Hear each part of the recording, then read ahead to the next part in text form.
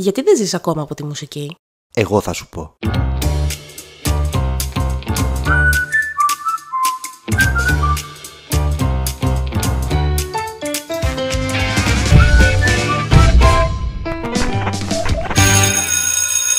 Καλώς ήρθατε στο Personal, εγώ θα σου πω. Είμαι ο αυτός και σήμερα θα αναλύσουμε με λογικά επιχειρήματα γιατί δεν ζεις ακόμα από τη μουσική σου. 1.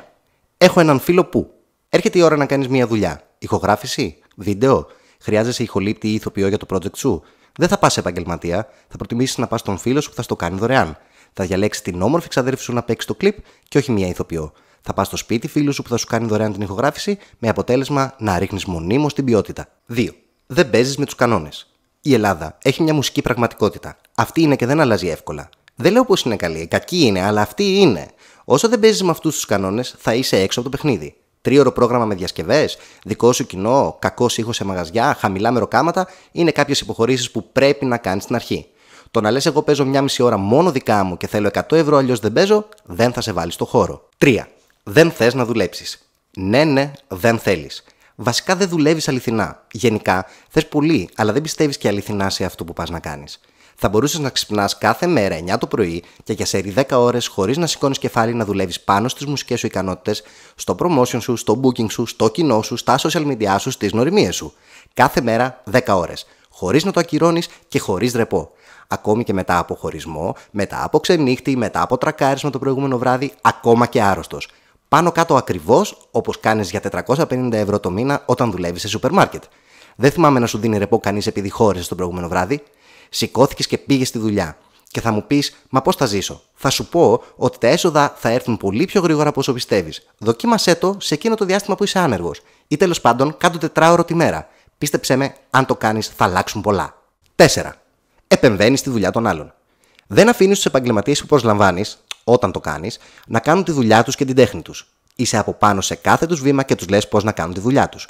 Μετά το αποτέλεσμα δεν σου αρέσει συνήθως και κατηγορείς αυτούς και όχι εσένα που στην ουσία τους έλεγες τι να κάνουν.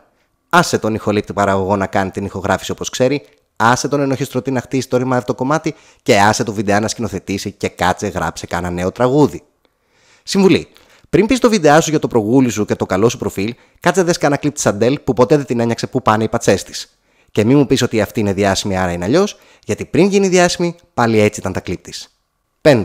Έχει σύνδρομο καταδίωξης. Είσαι σε υπερβολικό βαθμό σε θέση άμυνας. Θεωρείς πως όλοι θέλουν να σε βλάψουν ή να σε κλέψουν. Επομένως, ακόμα και όταν κάποιος σε πλησιάζει με σωστό τρόπο, ή δεν απαντάς ή είσαι κομματάκια γεννής ή ξερόλας. Γενικά, πάντα θα υπάρχουν πέφτουλες ή άτομα που θέλουν να σου φάνε τα λεφτά, αλλά μάντεψε, αυτό συμβαίνει σε όλες τις δουλειές και όχι μόνο στη μουσική. Γι' αυτό με υπομονή και πάντα με καλή διάθεση, άκου τι έχει να σου προτείνει ο άλλος. Ζήγησε τα πρώτα και σιγά σιγά βλέπεις. Γιατί υπάρχουν εκεί έξω 5-6 άνθρωποι που βοηθάνε και σίγουρα έχεις πέσει σε κάποιους και τους έχεις απορρίψει ή δεν τους απάντησες ποτέ. 6. Δεν υπάρχουν managers. Ναι, δεν υπάρχουν managers στην Ελλάδα. Τουλάχιστον δεν υπάρχουν για άτομα που τώρα ξεκινάνε. 2 είναι οι βασικότεροι λόγοι. Πρώτον, δεν αφήνεις να υπάρχουν. Νομίζεις πως δίνοντας 100 ευρώ το μήνα σε κάποιον να σου κάνει προώθηση και social media θα γίνεις διάσημος σε 2 μήνες και φυσικά έχεις πολύ γρήγορα απογοητευτεί και έχεις αρχίσει την κρίνια. Δεύτερον, ο ίδιος ο χώρος, αν πάρεις manager, σε απορρίπτει και σε θεωρεί ψώνιο με μεγάλη ευκολία. 7. Δεν το βλέπεις επαγγελματικά. Στην ουσία η μουσική είναι το χόμπι σου που θα ήθελες να είναι η δουλειά σου. Προφανώς θα ζούσες από αυτό με χαρά αν ένα πρωί ξύπναγες και ήσουν διάσημος καλλιτέχνης, αλλά όλα όσα χρειάζονται για να φτάσεις εκεί δεν θες ή βαριέσαι να τα κάνεις. Βλέπεις την τέχνη σαν τέχνη και όχι σαν δουλειά σου. Δεν είναι κακό, ίσα-ίσα. Απλά σπάνια αυτό οδηγεί στην εμπορική επιτυχία. 8. Μπλέκεις τα συναισθηματικά. Φλερτάρεις ανθρώπους της δουλειάς ή έχεις σχέση με κάποιον από την μπάντα. Γενικά μπλέκεις τα αισθηματικά σου με τη δουλειά. Δεν θα το αναλύσω, εσύ που το κάνεις και με άξιος να το λέω ξέρεις πολύ καλά τι κάνεις λάθος. Έχει αλλού γκομενάκια. Μην τα μπλέκεις γιατί ή φαίνεσαι πέφτουλας και δεν γίνεται η δουλειά σου, ή χωρίζεις και το project που είχες με το άτομο που κάτι έπαιζε ξεκινάει από το 0. Ακριβώς όπως σπάνια θα την έπεφτες στο αφεντικό σου στο γραφείο, έτσι και εδώ. Κάτσε στα αυγά σου. 9. Δεν είσαι αρκετά καλός. Αυτό ίσως είναι το δυσκολότερο κομμάτι να αποδεχτείς. Μπορεί να μην είσαι αρκετά καλός. Τόσο απλά. Το έχεις σκεφτεί. Μπορεί να μην τραγουδάς τόσο καλά όσο νομίζεις. Μπορεί τα κομμάτια σου να μην έχουν και τόσο ενδιαφέρον. Μπορεί κάποιοι που σε αγαπούν να προσπάθησαν να στο πούν και εσύ να τους απομάκρυνες. Πριν κατηγορήσεις την αδικία του χώρου, την κακοτυχία σου κλπ. Κάνε την αυτοκριτική σου και δες πώς μπορείς να βελτιωθείς. 10. Δεν δημιουργείς κονέ.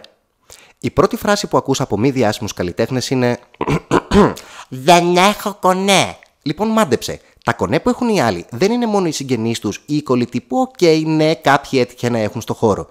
Τα κονέ δημιουργούνται. Αν αρχίσεις να απαντάς σε κανέναν άνθρωπο στο Facebook, αν αρχίσεις να πηγαίνεις σε εκδηλώσεις και σε event σταθμών και αν κοινωνικοποιηθείς τον χώρο ανιδιοτελώς, δηλαδή όχι μόνο για την εξυπηρέτηση τη συγκεκριμένη φάση που θες, θα αποκτήσεις κονέ. Η δουλειά δεν γίνεται με το έστειλα emails. 11. Πας να φας τη δουλειά των άλλων. Ναι, το κάνεις. Παράδειγμα, πας σε ένα μαγαζί και λες, παίζει ο τάδε εδώ, και αρχίζεις το θάψιμο. Και αν δεν το κάνεις άμεσα, το κάνεις έμεσα. Το ίδιο κάνεις και σε όποια δουλειά επαγγελματία πέφτεις απάνω. Ακούς την παραγωγή ενός άλλου καλλιτέχνη και στην πρώτη σας κουβέντα αρχίζεις. Καλό είναι το κομμάτι, αλλά έχω ένα φίλο που θα στο κάνει καλύτερο. Καλό είναι το βίντεο κλιπ σου, αλλά έχω ένα φίλο που θα στο κάνει καλύτερο. Αποτέλεσμα, γίνεσαι ένα με το σάπιο σύστημα που λειτουργεί ο χώρος. Όλα τα ξέρεις, όλα τα κάνεις καλύτερα και όλοι οι άλλοι δεν ξέρουν. 12. Δεν έχεις φρέσκες ιδέες. Δεν έχεις. Γενικά το 80% αντί να κάνει κάτι καινούριο, κάνει αυτό που πέτυχε πριν. Πάρε για παράδειγμα εμένα. Κάνω μια εκπομπή που μοιάζει πάρα πολύ με την εκπομπή του Μπραφ. Βγήκε το swing style μία εποχή και όλες πήγατε και κάνατε swing. Πέτυχε το project Locomondo, όλες οι μπάντες πήγαν προς τα εκεί. Φτάνει. Μην ακούς κανέναν και κάνει αυτό που νιώθεις όπως το νιώθεις. Κάθε κομμάτι μπορεί να ενορχιστρωθεί με οποιοδήποτε στυλ. Βρες το δικό σου, είτε μόνος, είτε πήγαινε σε έναν άνθρωπο να σε βοηθήσει και μην αντιγράψεις ότι έγινε επιτυχία. Φτιάξε κάτι δικό σου. Φτιάξε κάτι νέο. 13. Δεν έχεις χρήματα ή δεν θες να τα επενδύσεις. Δύο οι περιπτώσεις. Η μουσική είναι όπως κάθε επιχείρηση. Αν δεν επενδύσεις, δεν θα πάρεις και πίσω. Και κάποιοι δεν έχουν και παλεύουν όπως μπορούν. Κάποιοι όμως έχουν και δεν επενδύουν. Δεν λέω να κάνεις κλιπ των 2.000 ευρώ. Μπορείς όμως να παίρνεις 3 πιτόγυρα τη βδομάδα λιγότερα και να έχεις 6 ευρώ χορηγούμενες στα social media τη βδομάδα. 14. Δεν βλέπεις τα πράγματα θετικά. Γκρινιάζεις για τα πάντα. Ό,τι καλό και αν σου συμβεί, έχεις το εκέ έτοιμο στα χείλη. Μάθε ότι τα πολλά μικρά πραγματάκια είναι αυτά που σε φέρνουν στα μεγάλα. Ξέρεις τι λέω, αυτούς τους τύπους τους, κι αν βάλω χορηγούμενη μωρέ τι έγινε, κι αν με γράψει ένα μικρό site, εντάξει τι έγινε, κι αν παίξω support σε μια άλλη μπάντα τι έγινε, μπορώ να το κάνω αυτό όλη μέρα, κι αν με έπαιξε ένα μικρό ραδιόφωνο τι έγινε, κάτσε σπίτι σου για να μην γίνει τίποτα. 15. Δεν στηρίζεις τη σκηνή που ανήκεις. Στοιχηματίζω ότι το 90% όσων βλέπουν αυτό το βίντεο θα πούν «Α, εγώ πάω σε live άλλων». Ναι, όχι φίλε μου καλέ, δεν πας. Πάω σε live σημαίνει χωρίς να ξέρω ούτε ένα μέλος του σχήματος, πάω να το δω. Σταμάτα να είσαι σαν το απλό κοινό που αν δεν έχει ξάδερφο στο σχήμα ή αν δεν τον άκουσες στον Παπαδόπουλο, δεν πάει στην παράσταση ούτε με σφαίρες. Ψάξε στο YouTube νέους καλλιτέχνες και πήγαινε δες τους. Κάτι θα μάθεις, κάποιον θα γνωρίσεις και το βασικότερο, θα βοηθήσεις το χώρο. Εάν όσοι έχετε προφίλ φώτο με μουσικό όργανο πηγαίνετε ο ένας στα live του άλλου, τα live σας θα ήταν κάθε μέρα sold out. 16. Τα social media σου είναι λάθος. Σχεδόν όλοι οι νέοι καλλιτέχνες έχουν λάθος δομημένα τα social media. Δεν θα αναλύσω πολύ γιατί, ούτε όμως σούπερ ειδικός. Θα φέρω όμως ένα παράδειγμα που έρχεται έτσι λίγο κόντρα με τον προηγούμενο λόγο. Δεν γίνεται το κοινό σου στο Facebook να αποτελείται 20% από φίλους και 80% από άλλους καλλιτέχνες. Οι άλλοι καλλιτέχνες δυστυχώς έχουν γραμμένο. Είναι σαν να έχεις μαγαζί με έπιπλα και να διαφημίσεις τη δουλειά σου σε άλλα επιπλάδικα. Μάντεψε, δεν θα πουλήσεις και πολύ. Κοινωνικοποιήσουμε με ανθρώπους που ακούνε μουσική, αλλά δεν ξέρουν γιατί εδώ είναι εσύ ύφεσαι και όχι λαδίεση. Όχι ότι εσύ ξέρεις.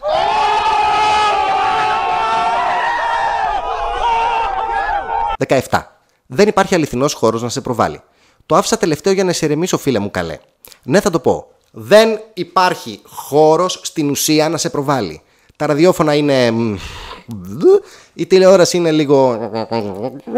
Τα μεγάλα sites. Και τα μαγαζιά. Φιλαράκο, να σου πω εγώ. Αυτό ακριβώς. Γι' αυτό λοιπόν δεν ζεις από τη μουσική. Και μην ξεχνάς, οι απόψεις είναι σαν τις κολοτρυπίδες. Όλοι έχουν από μία. Μην ξεχάσεις να κάνεις subscribe στο κανάλι και να αφήσεις σχόλιο ποιο άλλο θέμα θα ήθελες να πιάσουμε.